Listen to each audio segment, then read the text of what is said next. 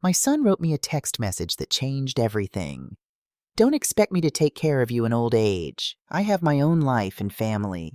I stared at those words on my phone screen for what felt like an hour, but was probably only 3 minutes. The morning sun was streaming through the kitchen windows, the same windows my husband Marcus had installed with his own hands 32 years ago. My coffee had gone cold. My heart was beating in my throat. I'm Agnes Whitcomb. I'm 72 years old, and until that moment, I thought I knew my son. I typed 2 words back.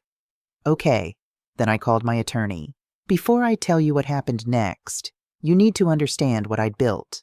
Marcus and I spent 34 years creating a life in Portland, Oregon. We weren't wealthy. Marcus worked as a civil engineer. I taught elementary school. But we were careful. We saved. We invested wisely.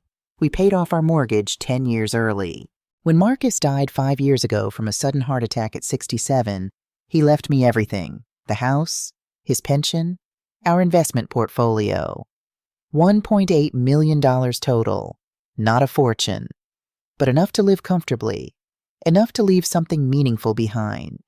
Our son Silas is 45 now. He has a wife, Ilara, and 2 children, Theo, 8, and Iris, 6. On the surface, Silas seems successful. He ran a tech consulting firm, drove a Tesla, lived in a beautiful 4-bedroom house in Lake Oswego. His kids attended a private Montessori school. They vacationed in Hawaii. I was proud of him, or maybe I was proud of what I thought he was. The first crack appeared 8 months ago, though I didn't recognize it as a crack at the time. Silas called me on a Tuesday evening, his voice tight with stress. "Mom, I need to ask you something. It's urgent." My stomach clenched the way it does when you know bad news is coming. "What's wrong?" "It's Alara's mother. She needs surgery. It is her heart, and insurance is refusing to cover it. We need $22,000, and we need it fast. They can't schedule the procedure without a deposit." I didn't hesitate. "I'll transfer it tomorrow morning." "Mom, thank you. I don't know what we'd do without you." The money left my account at 9 a.m. the next day. Here's the thing about being a mother. You want to believe your children. You want to trust that when they say they need help, they actually need it. So when Thanksgiving rolled around 3 months later, and Alara's mother walked into my dining room looking perfectly healthy, I told myself I must have misunderstood. "Helen, it's so good to see you," I said, pulling Alara's mother into a hug. "How are you feeling after the surgery?" Helen looked at me blankly. "Surgery? What surgery?" The room went quiet. Silas jumped in so quickly he nearly knocked over his wine glass. "Mom must have misunderstood. It was a preventive cardiac screening, not surgery. Remember, Mom?" But I did remember. I remembered the word surgery very clearly. I remembered $22,000 even more clearly. That night, after everyone had gone home, I sat at my kitchen table and did something I should have done years ago. I pulled out my bank statements and started adding up the emergencies. $7,000 2 years ago for roof repairs after a storm. Except when I drove by their house the following week, I noticed their roof looked exactly the same. Still the original 30-year shingles Marcus and I had helped them pay for when they bought the place. $15,000 3 years ago for Alara's medical expenses when she was supposedly hospitalized with pneumonia. Except I distinctly remembered Alara posting Instagram photos from a resort in Cabo the same week. $5,000 here, $8,000 there. Always urgent. Always framed as something I couldn't possibly say no to. The total came to $68,400. I sat there until 2 in the morning, staring at the numbers. My hands were shaking, but not from cold. From something else. Something that felt like the foundation of my world cracking apart. Had my son been lying to me for 7 years? I didn't sleep that night. By the time the sun came up, I'd made a decision. At 9 a.m., I called Thomas Brennan. Thomas had been our estate attorney since Marcus got sick. He'd helped us navigate the end-of-life planning, the will, the power of attorney documents. He was 60 years old, methodical, and utterly trustworthy. "Agnes," he said warmly when he answered. "What can I do for you?" "I need to set up a living trust, Thomas, and I need to do it quickly. There was a pause. All right, can I ask what's prompting this? I told him. Not everything, not the painful details of my suspicions, but enough. I want to protect my assets. I want to make sure they go where I intend them to go, without question, without contest. Come in tomorrow morning, he said. We'll take care of it. The meeting took 2 hours. Thomas explained how a living trust worked, how once I transferred my assets into it, they were legally protected. I would still have access to income, but the principal would be locked in. And most importantly, I could designate beneficiaries that couldn't be easily challenged. Who do you want as beneficiaries? Thomas asked, his pen poised over the legal pad. I'd thought about this all night. 40% to establish the Marcus Whitcomb Memorial Scholarship at Oregon State University, his alma mater, for engineering students. Thomas nodded, writing. 30% to Portland Children's Hospital. Excellent choice. 20% to the Animal Refuge League. Marcus and I had adopted our dog Max from there 15 years ago. Max had been with us through everything, and he'd died peacefully in his sleep just 6 months after Marcus. It felt right to honor that. And the remaining 10%? To my niece, Ivy Lambert. Thomas looked up. Not to Silas? I met his gaze. No, not to Silas. He didn't question it. That's what I appreciated about Thomas. He understood that sometimes families were complicated, and his job wasn't to judge, just to execute. I'll have the documents ready for signing within 72 hours, he said. Agnes, you should know, once assets are transferred into an irrevocable trust, there's no easy way to reverse it. You're certain about this? I'm 72 years old, Thomas. I have my pension and Social Security, more than enough to live on. The house, the investments, I don't need them liquid. I need them protected. Protected from whom? I looked out the window of his office at the gray Portland sky threatening rain. From anyone who might claim I wasn't thinking clearly when I made this decision. Understanding dawned in his eyes. I see. What I didn't tell Thomas, what I didn't know yet, was that I'd made a critical mistake years ago. When Marcus was diagnosed with pancreatic cancer in 2018, everything happened so fast. One day he was fine. The next, we were sitting in an oncologist's office hearing words like stage 4 and 6 to 8 months. In my panic, I'd added Silas to my checking account as a joint holder, just in case I became too overwhelmed to handle the bills, or if something happened to me while Marcus was sick. Marcus died in 2019. I'd meant to remove Silas from the account after the funeral, after the grief subsided, after life returned to some semblance of normal. But I'd forgotten. And Silas had never mentioned it. Why would he? It gave him a window into my finances, a way to track every deposit, every withdrawal, every decision I made. I didn't know it yet, but that forgotten joint account was about to become a weapon. The text message arrived 3 days after my meeting with Thomas. I was in my garden pruning the roses Marcus had planted for our 20th anniversary. They bloomed every June without fail, deep crimson flowers that smelled like honey in summer. I was thinking about him, the way I often did when I worked in the garden, when my phone buzzed in my pocket. Silas's name appeared on the screen. I smiled, expecting a photo of the grandkids or maybe a question about Sunday dinner. Instead, I read, "Don't expect me to take care of you in old age. I have my own life and family." The pruning shears fell from my hand. I read it again and again, looking for context I might have missed, some preceding message that would make this make sense. But there was nothing. Just those words, stark and cold on the screen. We'd had dinner 3 nights ago. Everything had seemed fine. What had changed? What had I done? Or had anything changed at all? Had this resentment been there all along, hiding behind birthday cakes and Christmas presents? My hands were shaking as I typed my response. I thought about writing something defensive, something that explained I'd never asked him to take care of me, that I was perfectly capable of managing my own life. I thought about asking what had prompted this cruelty. Instead, I wrote, "Okay, 2 letters. That was all he deserved." I sat down on the garden bench, the one Marcus had built from reclaimed wood. the one where we used to sit together watching the sunset, and I let myself feel the full weight of what had just happened. My son didn't want to take care of me. Fine, I'd never asked him to, but the implication was clear. He saw me as a burden, as an obligation he was preemptively rejecting. And the timing, 3 days after I'd met with Thomas, 3 days after I'd moved significant money, couldn't be a coincidence. Which meant Silas had been watching my accounts, tracking my money, waiting.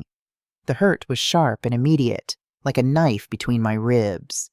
But beneath the hurt, something else was rising. Something harder. Something that felt almost like relief. He'd shown me who he was. I just needed to believe him. I picked up my phone and called Thomas. "The documents," I said when he answered. "How soon can I sign them?" "Tomorrow morning, if you'd like." "I'd like." That night I barely slept. I kept checking my phone, expecting Silas to call, to apologize, to explain that he'd been hacked or his phone had been stolen or he'd been drinking and hadn't meant it. Some explanation that would let me unsee what I'd seen. The phone never rang. By morning, my resolve had hardened into something unbreakable. I signed the trust documents at 10 a.m. in Thomas's office, with his paralegal and secretary as witnesses. When it was done, Thomas shook my hand. "The asset transfers will take about a week to complete," he said. "After that, everything is locked in." "Thank you, Thomas." He walked me to the door, then hesitated. "Agnes, you should know. When those transfers start showing up, if Silas has access to your account information, he'll see them. I know, and he may not react well. I thought about that text message, still sitting in my phone like evidence of a crime. He's already reacted. This is just me responding." The call came 4 days later. I was reading in my living room, a mystery novel I'd been trying to get through for weeks, when my phone started ringing. Silas's name flashed on the screen. I let it ring once, twice, 3 times before answering. "Hello?" "Mom." His voice was tight, controlled. "We need to talk." "About what, sweetheart?" I kept my tone neutral, pleasant, the way you talk to a telemarketer trying to sell you something you don't want. "About your meeting with your lawyer. About the money moving out of your account. What's going on?" So he had been watching. Monitoring every transaction. The violation of it made my stomach turn. "Just updating some estate planning documents," I said. "It's what responsible adults do." "Estate planning, Mom? You can't just change your will without discussing it with me." Something cold settled in my chest. "Can't I? It's my will, Silas. My assets to distribute as I see fit. After everything I've done for you, after all the time I've spent taking care of you," I almost laughed. Almost. Taking care of me? Silas, I live independently. I manage my own home, my own finances, my own life. What exactly have you taken care of? That's not... You know what I mean. I'm your son. I'm family. "Yes," I said quietly. "You are. And family doesn't send text messages telling their mother not to expect care or support." Silence. Then, "I was upset. I didn't mean..." "You meant it," I interrupted. "And I'm respecting your wishes. You have your own life and family to worry about. I have mine." "Mom, don't do this. Don't be stupid about this." Stupid. He called me stupid. I closed my eyes, counted to 5. "I have to go, Silas. I have an appointment." "Mom!" I hung up. My hands were shaking again, but not from fear this time. From anger. From the dawning realization that I'd spent years being manipulated by someone I'd raised, loved, sacrificed for. How long had he seen me as nothing more than an eventual payday? How long had he been counting down the days until I died and he could cash in? I looked around my living room, at the photos on the mantle of Silas as a baby, as a boy, graduating high school. At the Afghan I'd knitted while sitting beside Marcus's hospital bed. At the life I'd built, one careful decision at a time, and I knew with absolute certainty that I'd made the right choice. My phone buzzed with a text message. "You have 1 week to reconsider, 1 week to reverse these ridiculous changes. If you don't, I'm contacting a lawyer." I screenshotted the message and sent it to Thomas with a simple note, for documentation. Then I blocked Silas's number. I was done being afraid, done being manipulated, done being seen as a burden or an ATM machine with a heartbeat. If Silas wanted a war, he'd find out that 72 years of living had taught me something he'd never learned: how to fight for my own dignity. The flowers arrived on Tuesday morning. 24 roses, deep red, expensive, the kind that cost at least $150 at the florist downtown. They came with a card in Silas's handwriting. "Mom, I'm sorry. Let's talk. S." I photographed the card, front and back, added the image to a folder on my computer labeled Documentation. Then I called the nursing home 3 blocks away and asked if they'd like some fresh flowers for their common room. "Oh, Mrs. Whitcomb, how thoughtful," the activities director gushed. "The residents will love them." I didn't mention where they'd come from. The roses deserved better than to be part of whatever game Silas was playing. That evening, Ilara called. Her voice was soft, conciliatory, the tone you use when trying to calm a frightened animal. "Agnes, I know things have been tense between you and Silas, but he loves you so much. We both do. He's just been under tremendous stress at work, and when he's stressed, he says things he doesn't mean." I set down the book I'd been reading. "Does he not mean them, Ilara? Or does he mean them but regrets saying them out loud?" A pause. "That's not fair. Family is also supposed to respect each other," I replied. "To treat each other with basic decency. To not view each other as ATM machines. Agnes, we've never thought of you that way. Haven't you? Should we go through the emergencies together? I have records of every penny I've given you over the past 7 years. $68,400. Perhaps you'd like to explain what each one was actually for?" She hung up. I sat in the silence of my living room, waiting for my hands to shake, for tears to come, for regret to overwhelm me. But there was nothing. Just a strange, crystalline clarity. I'd spent so long making excuses for them, believing their stories, prioritizing their needs over my own dignity. I was done. 2 days later, I got a call from my best friend, Claudia Reeves. We'd known each other for 40 years, met when our boys were in the same kindergarten class. She'd been a nurse for 35 years before retiring, and she had a particular gift for cutting through nonsense. "I ran into Ilara at the grocery store," Claudia said without preamble. "She looked like she'd been crying, said you're going through some kind of breakdown and cutting them off financially." "That's one interpretation of events. What's yours?" I told her everything: the fake emergencies, the text message, the trust, the monitoring of my bank account through the forgotten joint access. When I finished, there was a long silence. "Agnes," Claudia finally said, her voice carefully controlled, "I need you to listen to me very carefully. What you're describing is financial elder abuse. I've seen it in my nursing career more times than I can count. Adult children who view their aging parents as piggy banks. What Silas has been doing, the lies, the manipulation, the surveillance, that's textbook exploitation. But he's my son, which makes it worse, not better. Agnes, you need to protect yourself, and you need to document everything, because I guarantee you, this isn't over." She was right, of course. It was far from over. The letter from Silas's attorney arrived on a Thursday morning, delivered by certified mail. I signed for it with a steady hand, even though my heart was racing. "Mrs. Whitcomb, our client, Silas Whitcomb, has retained our services regarding concerns about your mental competency and recent financial decisions made under potential duress or diminished capacity. We respectfully request that you submit to an independent psychiatric evaluation to assess your current cognitive state and capacity to manage your financial affairs. Please respond within 10 business days. Sincerely, Martin Drake, Esquire, Drake & Associates." I read it 3 times, then called Thomas. "They're going for incompetency," I said, surprised by how calm my voice sounded. "They want a psych evaluation."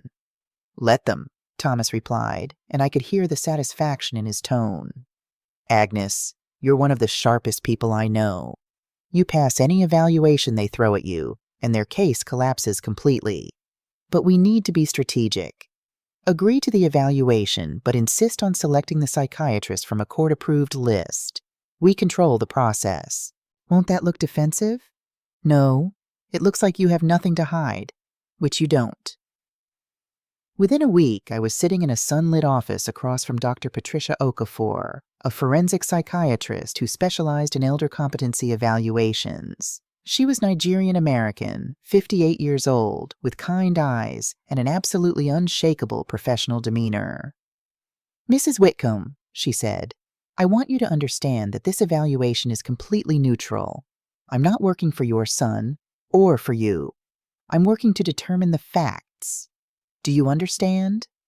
"I understand." "Good. Let's begin." For the next 4 hours, Dr. Okafor put me through a battery of tests. Cognitive assessments, memory exercises, logic puzzles. She asked me to explain my financial decisions in detail. She reviewed my medical records. She asked about my daily routine, my social life, my hobbies. "Tell me about your relationship with your son," she said at one point. I chose my words carefully. "It's complicated. I love him, but I've recently discovered that he's been dishonest with me about financial matters for several years. When I took steps to protect my assets, he responded with hostility and threats." "What kind of threats?" I pulled out my phone and showed her the screenshots, the original text message, the follow-up demanding I reverse my decisions. Dr. Okafor read them, her face expressionless, then made notes. When we finished, she set down her pen and looked at me directly. "Mrs. Whitcomb, I'll file my formal report with the court. But I can tell you now, there is absolutely no evidence of cognitive decline, diminished capacity, or undue influence. Your test scores are in the 95th percentile for your age group. Your financial decisions, while perhaps emotionally difficult for your family members, are entirely rational and well considered." Something in my chest loosened. "Thank you." She leaned forward slightly. "Off the record? I've been doing this for 30 years. What you're experiencing is a pattern I see regularly. Adult children who've positioned themselves as eventual heirs react badly when their parents exercise autonomy. The fact that your son is monitoring your finances and threatening legal action when you make independent decisions, that's the real concern here, not your competency, his behavior." But it was what Thomas discovered next that truly changed everything. "Agnes," he said when he called 3 days after my evaluation, "I think we need to dig deeper into Silas's financial situation. With your permission, I'd like to bring in a private investigator." "Why?" "Because something doesn't add up. If Silas and Alara are as successful as they appear, why the constant need for emergency money?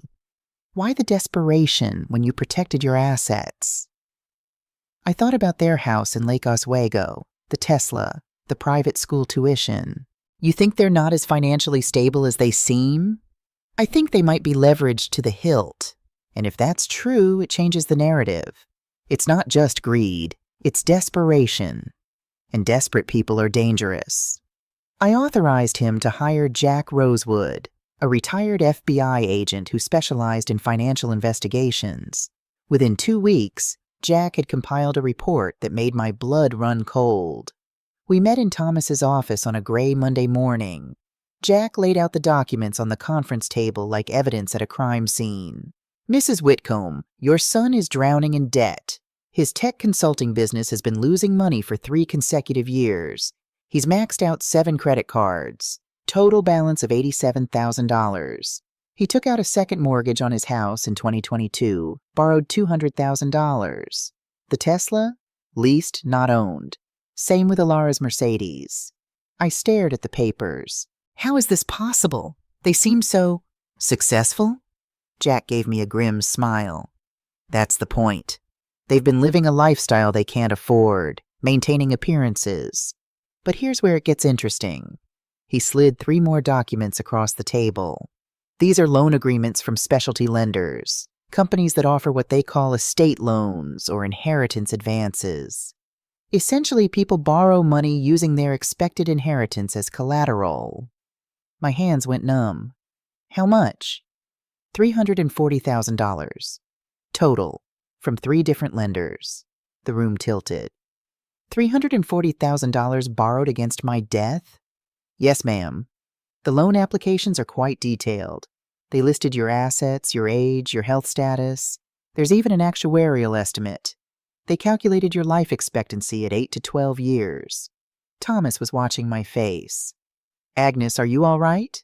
I wasn't. I was thinking about every emergency Silas had called me about. Every urgent request. Every $20,000 crisis. It hadn't been for surgeries or roof repairs or medical bills. It had been to make interest payments on loans he'd taken out betting on when I would die. There's more, Jack said quietly. He pulled out a printed email. This is from 2020. Your son sent it to an estate attorney named Harold Vance. I read it, and something inside me went cold. Harold, quick question that I hope you can help with. My mother is 69 and in good health, unfortunately.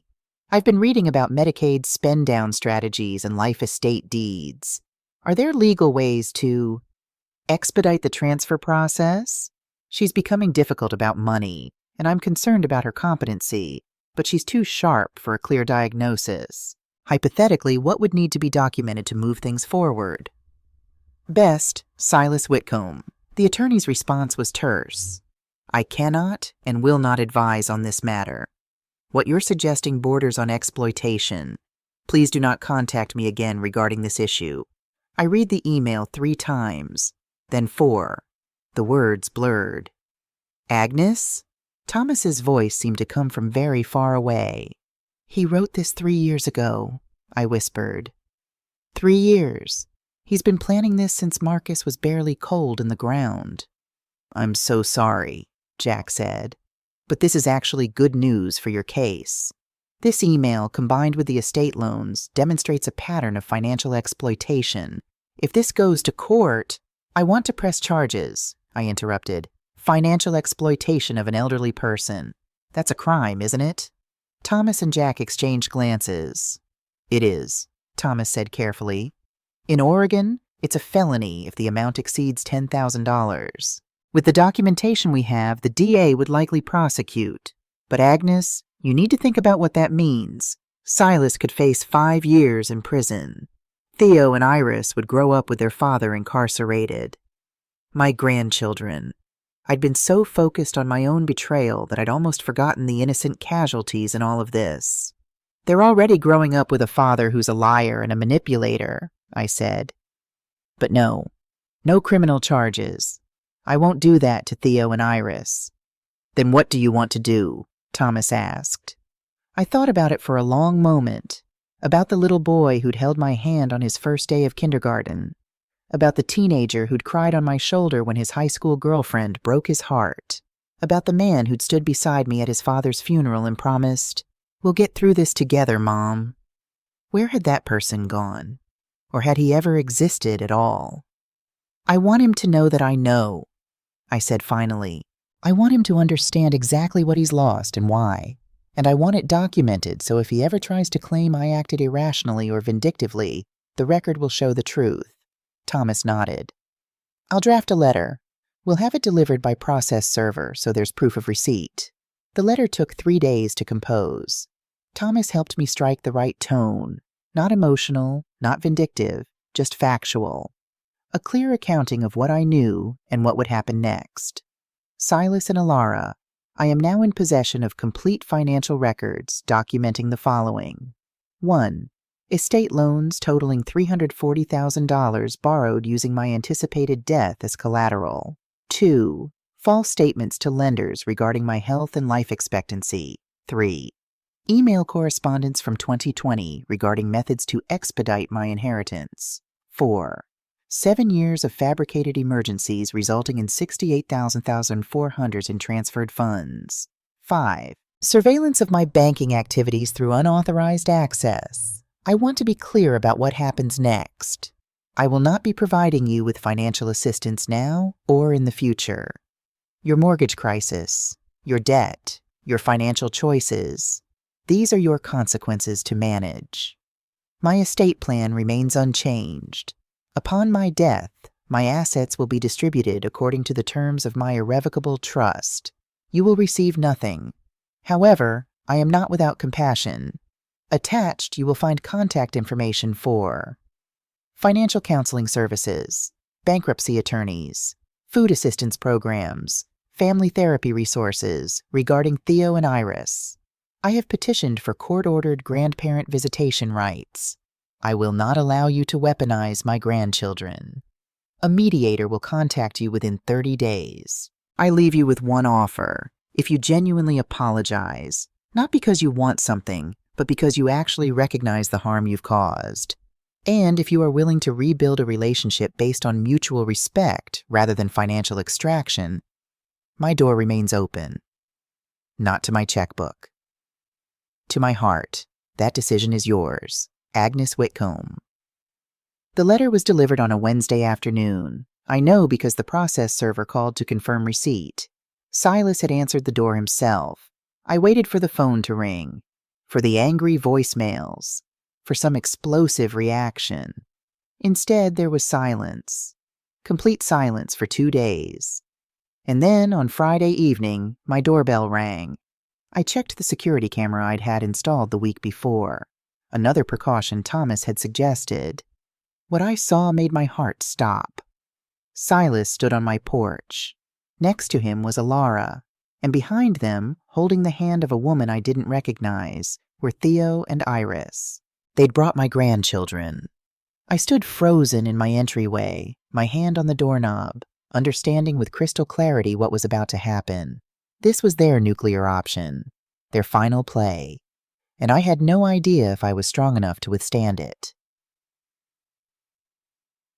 I opened the door slowly. Theo's face lit up when he saw me. "Grandma!" He tried to run forward, but the woman, young, professional-looking, carrying a clipboard, held his hand firmly. "Mrs. Whitcomb," the woman said, "I'm Julia Hartley. I'm a family therapist. Silas and Alara asked me to mediate a conversation today. May we come in?" Every instinct screamed danger. This was an ambush, planned, calculated, bringing the children to make it impossible for me to refuse, to say anything honest, to protect myself.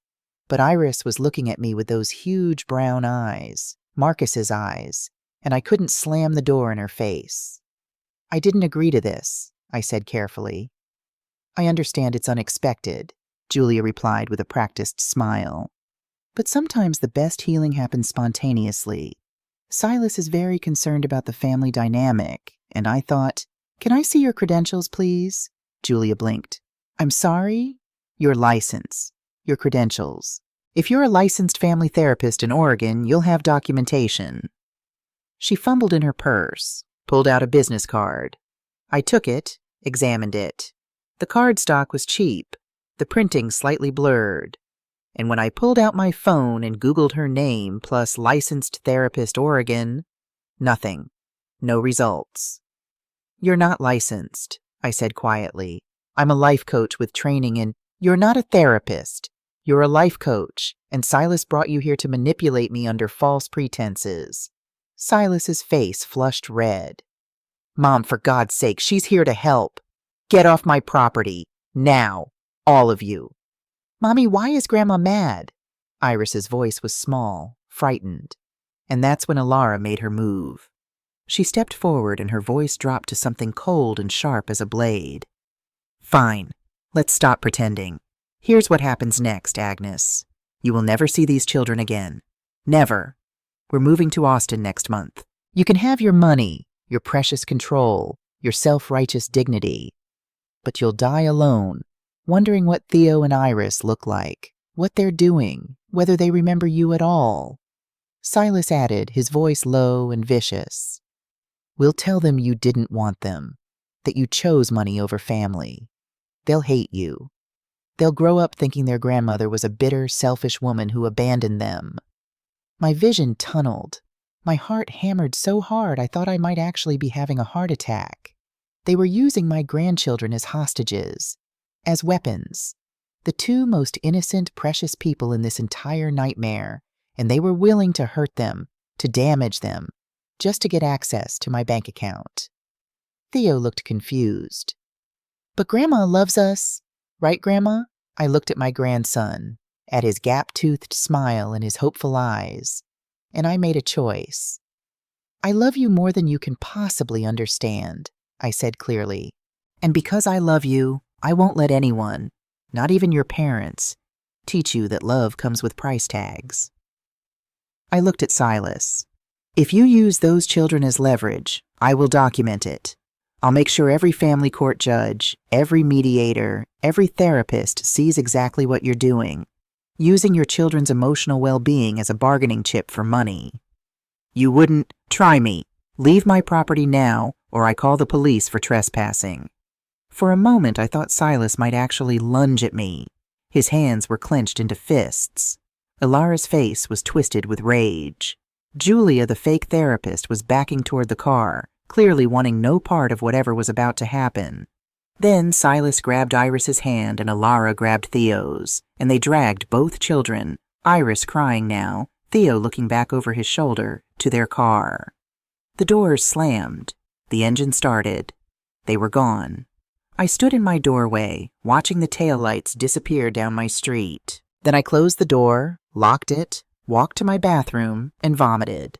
When there was nothing left in my stomach, I slid down the wall and sat on the cool tile floor, shaking uncontrollably.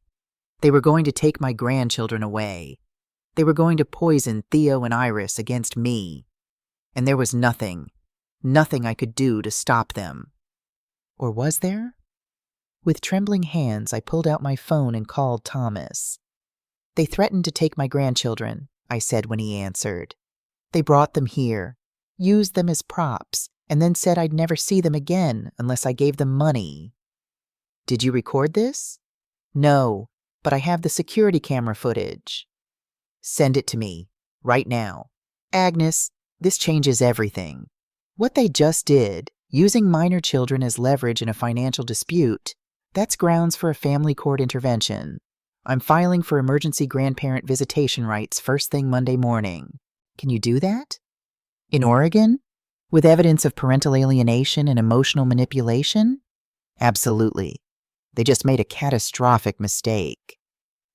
After I hung up, I sat on my bathroom floor for another 20 minutes, waiting for my heartbeat to slow down, for the shaking to stop. They'd tried to break me. They'd used the only leverage they had left, my love for Theo and Iris, as a weapon. But they'd miscalculated. Because I didn't just love my grandchildren. I loved them enough to fight. The competency hearing was scheduled for November 15th, exactly 6 weeks after Silas filed his petition. I spent those 6 weeks preparing. Not just legally, Thomas handled that, but emotionally. I started seeing a therapist, Dr. Nina Reyes, who'd been my primary care physician for 8 years. She suggested I also speak with a counselor who specialized in family estrangement. What you're going through, Dr. Reyes told me during one appointment, it's grief. You're grieving the son you thought you had, the relationship you thought you'd built. That grief is real, even if the relationship wasn't what you believed it to be. She was right. Some mornings I woke up and forgot, just for a moment, that everything had changed. I'd think about calling Silas to ask if he wanted to come over for Sunday dinner. Then reality would crash back in, and the loss would hit me all over again. But I also started building something new. Claudia took me to her book club. 8 women ranging from 55 to 80, all sharp, funny, and absolutely uninterested in taking anyone's nonsense. They welcomed me immediately, and for the first time in months, I laughed. Really laughed, until my sides hurt and tears ran down my face. I started volunteering at Portland Children's Hospital, reading to kids undergoing treatment. The first time a little girl with a bald head from chemotherapy fell asleep while I was reading Charlotte's Web, her small hand tucked into mine, I understood something fundamental. I had love to give. It didn't have to go to people who refused to receive it with respect. My niece Ivy drove down from Seattle one weekend. She was 29, a graphic designer with purple streaks in her hair and an infectious laugh. We'd always been friendly, but never particularly close. She was busy with her life. I was busy with mine. Over coffee, I told her everything. "Aunt Agnes," she said when I finished, I need you to hear something.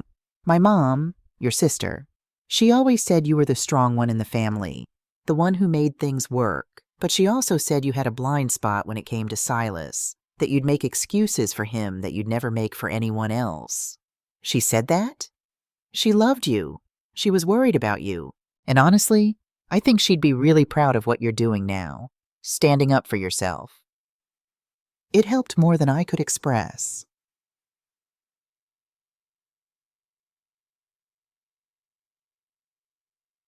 The courtroom was exactly what you'd expect. Wood paneling, fluorescent lights, American flag in the corner.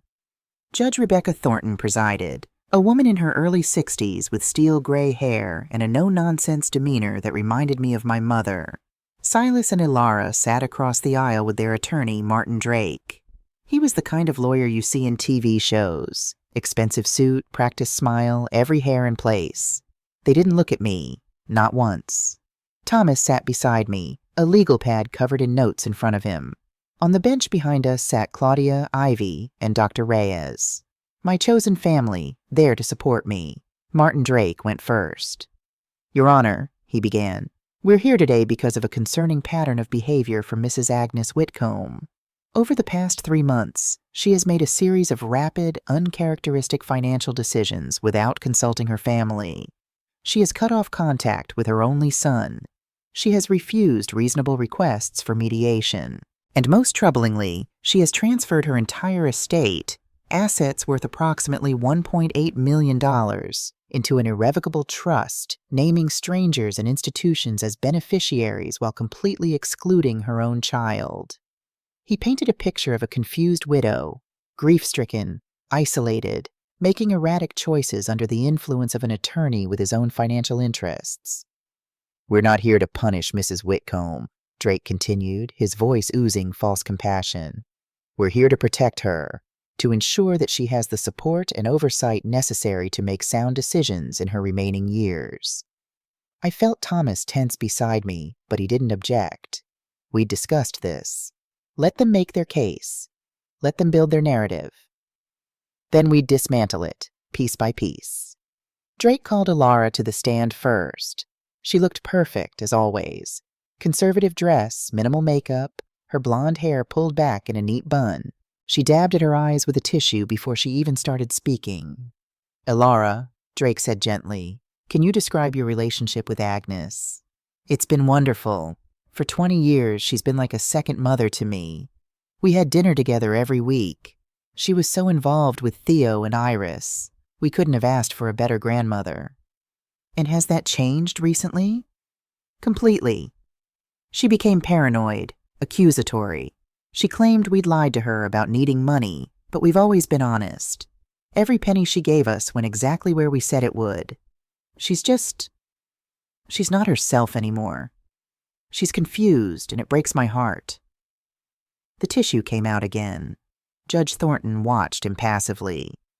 Has she refused help from the family? Yes.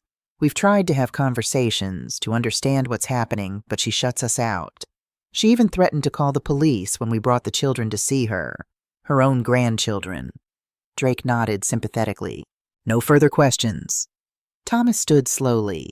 He didn't rush to the podium. He just stood there for a moment, looking at Ilara with an expression I couldn't quite read.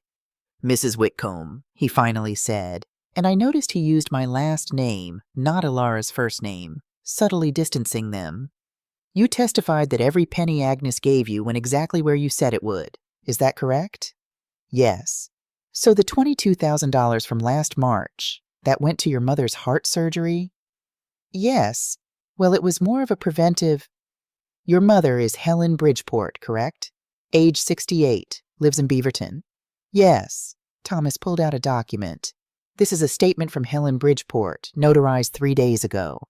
In it, she states that she has never had heart surgery or any cardiac procedure. She's never even been hospitalized in the past 5 years. Can you explain that discrepancy? Ilara's face went pale. That's not... She must have forgotten. Your mother forgot having heart surgery? It was preventive screening. Silas must have explained it wrong to Agnes. I see. What about the $15,000 from 3 years ago for your hospitalization with pneumonia? I was very sick. Thomas pulled out his phone, tapped the screen, and turned it to face the judge. These are Instagram posts from your account, Mrs. Whitcomb, posted during the exact week you claim to be hospitalized. They show you at a resort in Cabo San Lucas, with geotags and timestamps. Would you like to explain how you were simultaneously hospitalized with pneumonia in Portland and vacationing in Mexico? The courtroom was dead silent. Ilara's mouth opened and closed. No sound came out. No further questions, Thomas said, returning to his seat. Drake tried to recover with Silas, but Thomas was relentless. Every emergency was methodically disproven. Every claim of Agnes's confusion was countered with evidence of her meticulous documentation. Then Thomas called Dr. Okafor to the stand. She was magnificent, professional, unshakable, and absolutely clear. I evaluated Mrs. Whitcomb for approximately 4 hours, she testified. I administered comprehensive cognitive assessments, including the Montreal Cognitive Assessment, the Mini Mental State Examination, and multiple tests for executive function. Her scores were in the 95th percentile for her age group. In your professional opinion, Thomas asked, does Agnes Whitcomb have the mental capacity to manage her own financial affairs? Absolutely. She has exceptional clarity regarding her decisions. She was able to articulate her reasoning in detail, demonstrate understanding of consequences, and show no signs whatsoever of cognitive impairment or undue influence. Drake stood.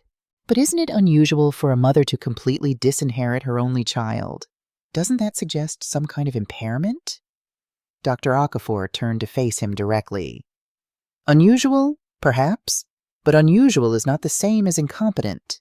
Mrs. Whitcomb has documented rational reasons for her choices. Whether those choices align with her family's preferences is irrelevant to the question of mental capacity. Then came the moment I'd been dreading and anticipating in equal measure. Thomas introduced the estate loan documents. Your Honor, he said, I'd like to enter into evidence 3 loan agreements, totaling $340,000, taken out by Silas Whitcomb between 2021 and 2023. He projected them on the screen. The courtroom gasped. I heard it, a collective intake of breath. These loans, Thomas continued, used Agnes Whitcomb's anticipated death and inheritance as collateral. The applications include actuarial estimates of her life expectancy, valuations of her assets, and, most disturbingly, false statements about her health. He highlighted a section on one application. Primary beneficiary is 71 years old with declining health and limited life expectancy. Judge Thornton leaned forward.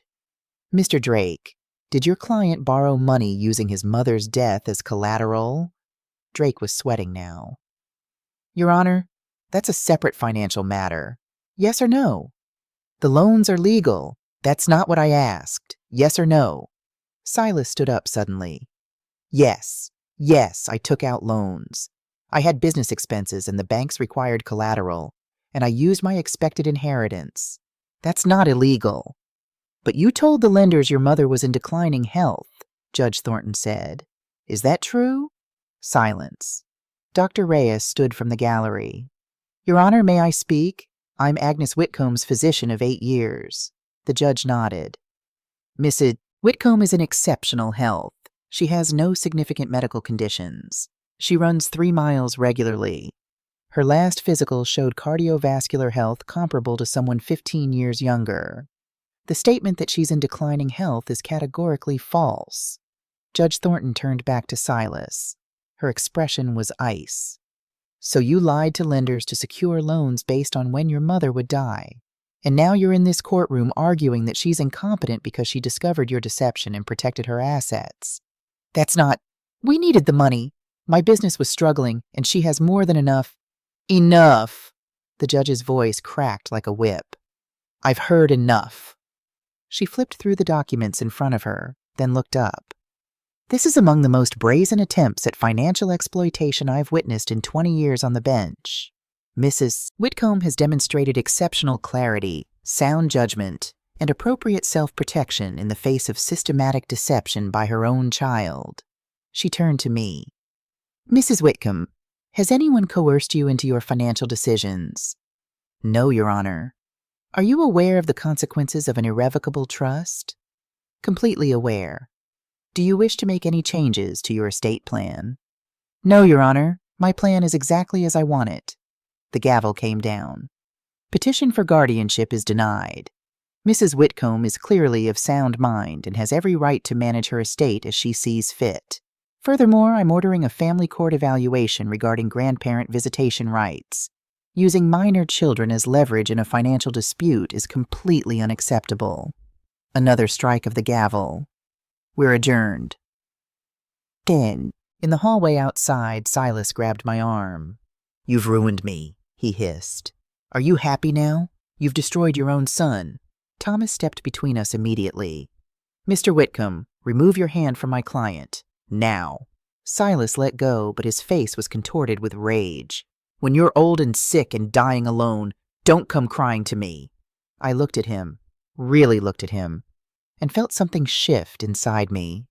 Not victory, not satisfaction, just a quiet, sad acceptance. I won't be alone, Silas, I said softly. I have friends. I have community. I have self-respect. What do you have besides debt and regret? He opened his mouth, closed it, then turned and walked away.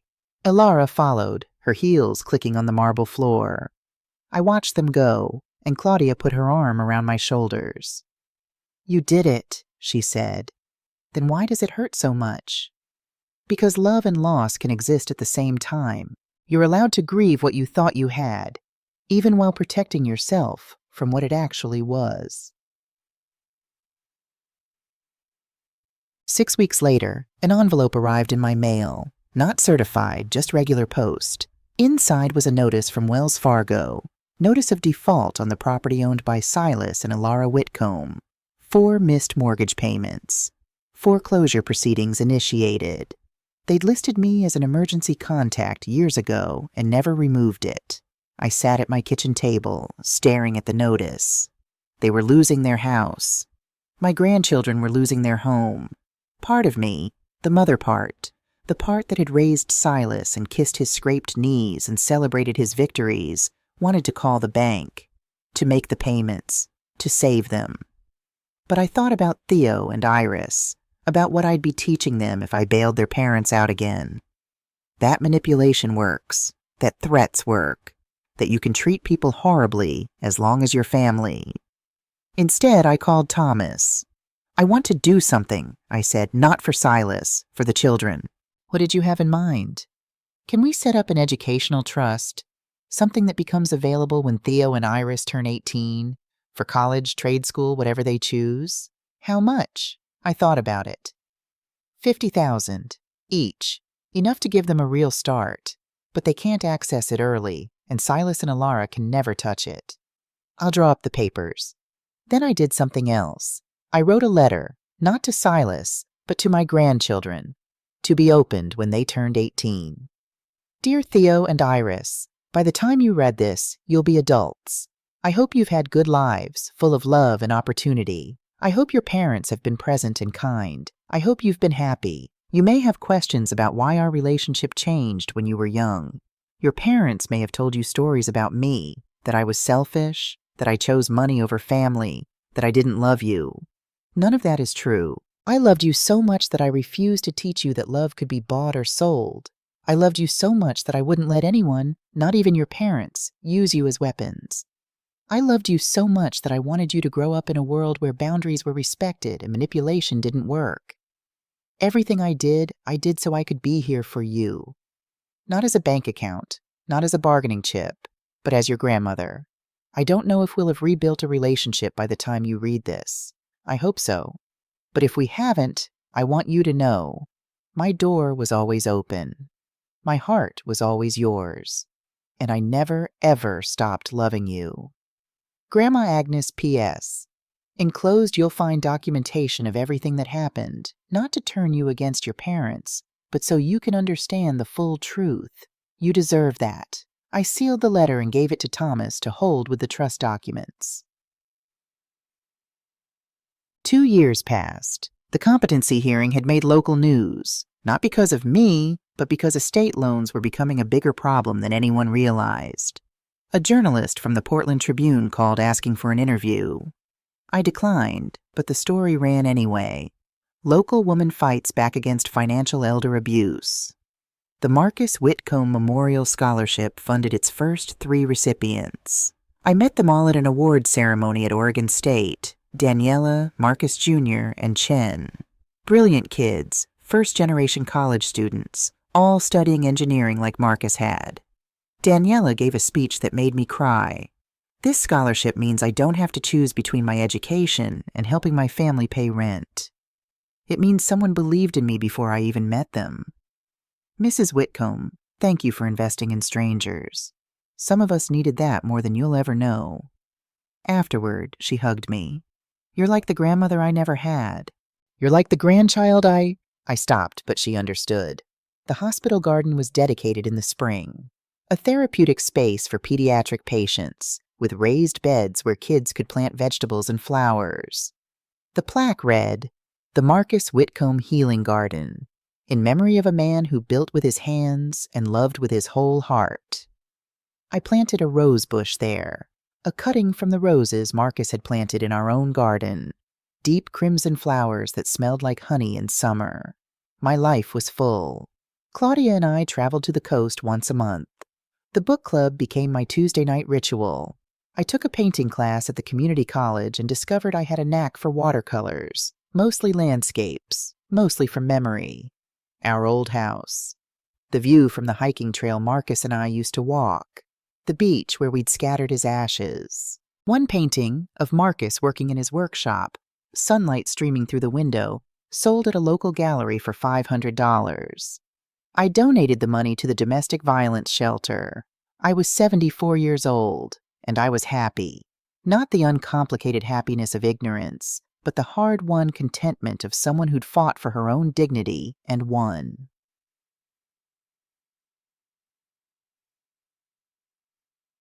The court-ordered visitation with Theo and Iris started 3 months after the hearing. Every second Saturday, 2 hours, supervised by a mediator named Rachel Kim. The first visit was awkward. Theo was 9 now, Iris 7. They were cautious, watching Rachel as much as they watched me, trying to figure out what was allowed. I'd brought art supplies and homemade cookies, Marcus's recipe, the one with extra chocolate chips. "I missed you," I said simply. "I missed you so much." Theo studied me with serious eyes. "Mom said you didn't want to see us anymore, that you were mad at Dad and decided we were too much trouble." The lie hit me like a physical blow, but I kept my voice steady. "That's not true, sweetheart. I wanted to see you desperately, but sometimes grown-ups disagree about things, and it gets complicated. That was never about you. Do you understand? You and Iris, you're the best parts of my life." "Then why did you make Dad cry?" Iris asked, her voice very small. I looked at Rachel, who gave me a subtle nod. Permission to be honest, age appropriately. "Your dad and I had some problems with trust and money. Adult problems. He wanted something from me that I couldn't give. That doesn't mean I stopped loving you. It just means I had to protect myself so I could keep being here for you." We colored together. I read them Charlotte's Web, the same book I'd been reading at the hospital. By the end of the 2 hours, Iris was sitting beside me, her small shoulder pressed against my arm. When they left, Theo turned back at the door. "Can we come again?" "I'll be here," I promised. "Every time they let you come, I'll be here." After they left, I sat in that room at the community center and cried. Not from sadness, from hope.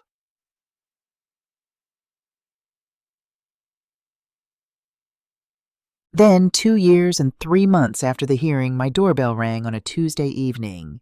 I checked the security camera, and my heart stopped. Silas stood on my porch, alone. No car visible in the driveway. He'd walked. He looked different, older, thinner. His clothes were cheap, department store brands, not the designer labels he used to wear. I debated not answering. I had every right to refuse. But curiosity, or maybe something deeper, made me open the door with my phone in hand, 911 pre-dialed. "Mom," he said. His voice was hoarse. "Can I have 5 minutes, please?" "3," I said. "You can have 3. He nodded, accepting the boundary without argument. That alone was unusual. "I don't expect forgiveness," he began. "I don't deserve it. I know that. But I needed to. I've been in therapy. Court mandated it first, after the bankruptcy. But I kept going even after the requirement ended.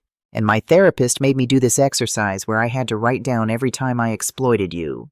He pulled out a notebook, worn at the edges. 43 times, over 9 years, some big, some small. But 43 instances where I lied or manipulated or took advantage of your love. I said nothing, just waited. "Ilara left me," he continued, "after we lost the house, after the money was gone. She met someone else, someone with money, and filed for divorce. I'm living in a 2-bedroom apartment in Gresham. I work at Home Depot. I'm an assistant manager now, it's not what I thought my life would be, but it's honest work." "Is this apology because you've changed?" I asked quietly. "Or because you've lost everything?" He met my eyes. "I don't know. Maybe both. Does that matter?" "Yes, because real change doesn't need an audience.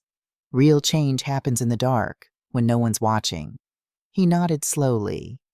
"You're right. I don't know if I've really changed or if I'm just broken enough to be humble now. But I needed you to know that I understand what I did. I wasn't just greedy. I was cruel. I weaponized your love. I used my own children as hostages. And I'm sorry." The word hung between us. Sorry. 2 syllables that couldn't undo 9 years of betrayal.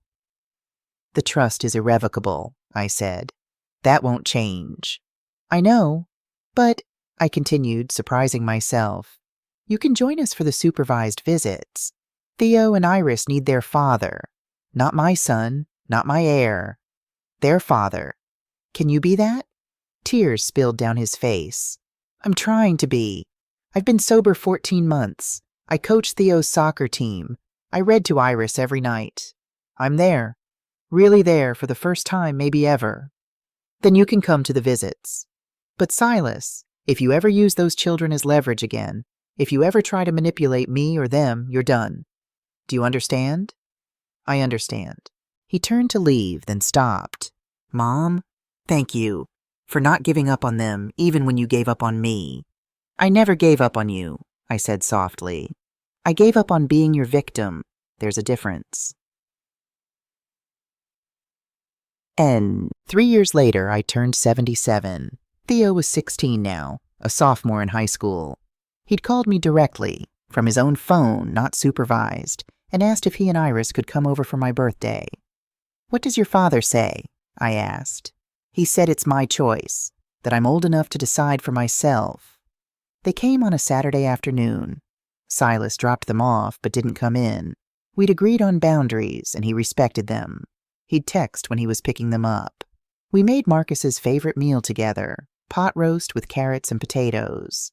Iris had become quite the baker. She made a lemon cake from scratch, Marcus's recipe, the one I'd taught her during one of our supervised visits. After dinner, we sat in the living room. I'd been debating all day whether to do this, but finally I pulled out a box from the hall closet. "I want to give you something," I said. "Letters. I wrote one after every visit we had for 2 years, and I want you to have them now, instead of waiting until you're 18. Theo took the box carefully. There were over 40 letters inside. They read them together, sometimes out loud, sometimes silently. I watched their faces change. Confusion, then understanding, then something that looked like grief. When they finished, Iris was crying. "You never stopped fighting for us." "Never," I confirmed. Theo's jaw was tight. "Mom told us you chose money over family. She said you were selfish and bitter."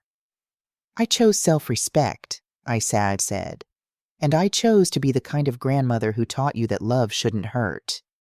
"Dad's different now," Theo said, almost defensively. "He works hard. He shows up. He's present." "I know. I've seen it." "Are you glad?" That he hit bottom? That everything fell apart? I thought about it carefully. I'm glad he's being a father to you. I'm not glad anyone suffered. But sometimes people don't change until they have to. Iris looked at me with those Marcus brown eyes. Do you still love Dad?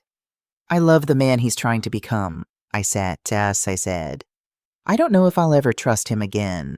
But love and trust aren't the same thing. 5 years after the hearing, I was 79 years old. The scholarship fund had helped 22 students. The hospital garden was thriving. My paintings hung in 3 local galleries. I'd published a column in the Senior Lifestyle magazine about setting boundaries in family relationships. It got more letters than anything they'd ever printed. I was dating, casually, a gentleman named Lawrence from my painting class. We went to the symphony together, took walks along the river, argued cheerfully about whether Hemingway was overrated. Silas had been promoted to manager at Home Depot. He'd been sober for 4 years. He'd completed his court-mandated therapy and continued on his own. Our relationship was cordial but boundaried.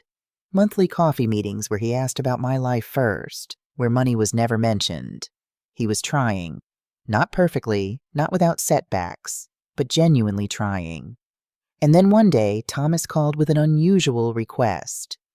Agnes, I want to run something by you. It's not legal advice. It's more of a philosophical question. I'm listening. If Silas maintains sobriety, maintains employment, maintains an active relationship with his children for 5 consecutive years, would you consider creating a small legacy for him? Not an inheritance.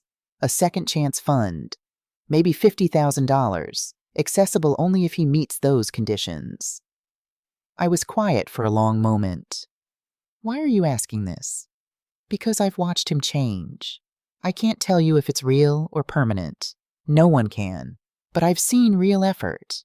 And I wonder if you've thought about what happens if he actually becomes the man he's trying to be. I thought about it for 3 days. Then I called Thomas back. Set it up, but make the conditions ironclad. 5 years of documented sobriety, steady employment, regular positive involvement with Theo and Iris. If he breaks any of those conditions, the fund dissolves and goes to the scholarship. You're a better person than most, Agnes. No, I said.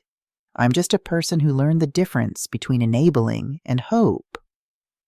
The last scene of my story happens on a golden autumn evening, almost exactly 9 years after that text message that changed everything. I'm in my garden, Marcus's garden, really, though I've added my own touches over the years. The roses are blooming one last time before winter. The air smells like wood smoke and possibility. Claudia arrives with wine and that lemon cake Iris taught her to make. How do you feel about all of it now? She asks, settling into the chair beside me. People ask if I regret cutting Silas off, I say slowly. I don't. I regret needing to. But that text message, don't expect me to take care of you, it freed me. Freed you how? Freed me to stop performing, stop proving my worth, stop making myself small so others could feel big. I spent 70 years being what others needed. These last 9 years, I've been who I am. Car doors slam in the driveway. Theo's beat-up Honda, he bought it himself, with money from his part-time job, pulls up first. Iris is in the passenger seat. She's applying to colleges now, wants to study social work. I want to help families before they break like ours did, she told me. Behind them, Silas's car. He comes to these dinners once a month now. It's become a tradition. Awkward at first, but easier now. We're not the family we were. We're something different, something more honest. Theo and Silas embrace in the driveway, no longer the stiff, obligatory hugs of 2 years ago, but something real. Iris runs to me first, always, and I breathe in the smell of her hair, strawberry shampoo and youth. Grandma, I got accepted to Portland State, she announces. Early admission. The social work program? Yes, and they have a scholarship. She stops, looks at me with dawning understanding. Wait, did you? I smile. I may have mentioned to someone that there was a brilliant young woman who deserved consideration. But you got in on your own merit, sweetheart. I just opened a door. You walked through it. We gather around the table. 5 of us, this strange patchwork family we've become. Claudia pours wine. Iris serves cake. Theo talks about his engineering classes. He's a freshman at Portland State. A Marcus Whitcomb scholar, though he didn't know that when he applied. Silas is quiet mostly, but when he does speak, he asks questions, listens, doesn't dominate or demand. At one point, he catches my eye across the table. "Thank you," he mouths. I nod. Not forgiveness, exactly. Not reconciliation in the traditional sense, but acknowledgement of effort, of change, of the possibility that broken things can still hold water if you're careful with them. As the sun sets and the candles flicker on the table, I think about Marcus, about what he would make of all this. I think he'd be proud, not of the money I gave away, but of the life I chose to build. Love shouldn't come with conditions, I say out loud, and everyone looks at me. But respect must. What made you think of that? Iris asks. I'm thinking about legacy, about what we leave behind. I used to think legacy was money, property, things you could hold, but it's not. It's this. I gesture around the table. It's teaching people, especially young people, that they're worth more than what they can provide, that boundaries are acts of love, that sometimes the greatest gift you can give someone is refusing to enable their worst behavior. Theo raises his glass. To Grandma Agnes, the toughest woman I know. To Agnes, everyone echoes. I don't tell them about the Second Chance Fund. That's between me and Thomas, and maybe someday between me and Silas. If he earns it, he'll be surprised. If he doesn't, he'll never know it existed. Either way, I've done what I can do. As the evening winds down and they prepare to leave, Silas lingers at the door. I know I can't undo the past, he says quietly. But I want you to know, I'm trying to be worthy of them. He nods toward Theo and Iris. Not for money, not for inheritance, just because they deserve a better father than I was. Keep trying, I say. That's all any of us can do. After they're gone, I stand in my garden in the twilight, listening to the city sounds around me, feeling the autumn air on my face. I am 79 years old. I have lived through heartbreak and betrayal. I have discovered depths of strength I didn't know I possessed. I have built a life that matters, not because of how much money I left behind, but because of how many lives I touched. I don't know how much time I have left. Dr. Reyes says I'm healthy, but 79 is 79. What I do know is this. When my time comes, I'll go peacefully. Not because I have no regrets. Of course I have regrets. But because I chose myself. I chose dignity. I chose to believe that I was worth more than what I could provide. And in the end, that choice made all the difference.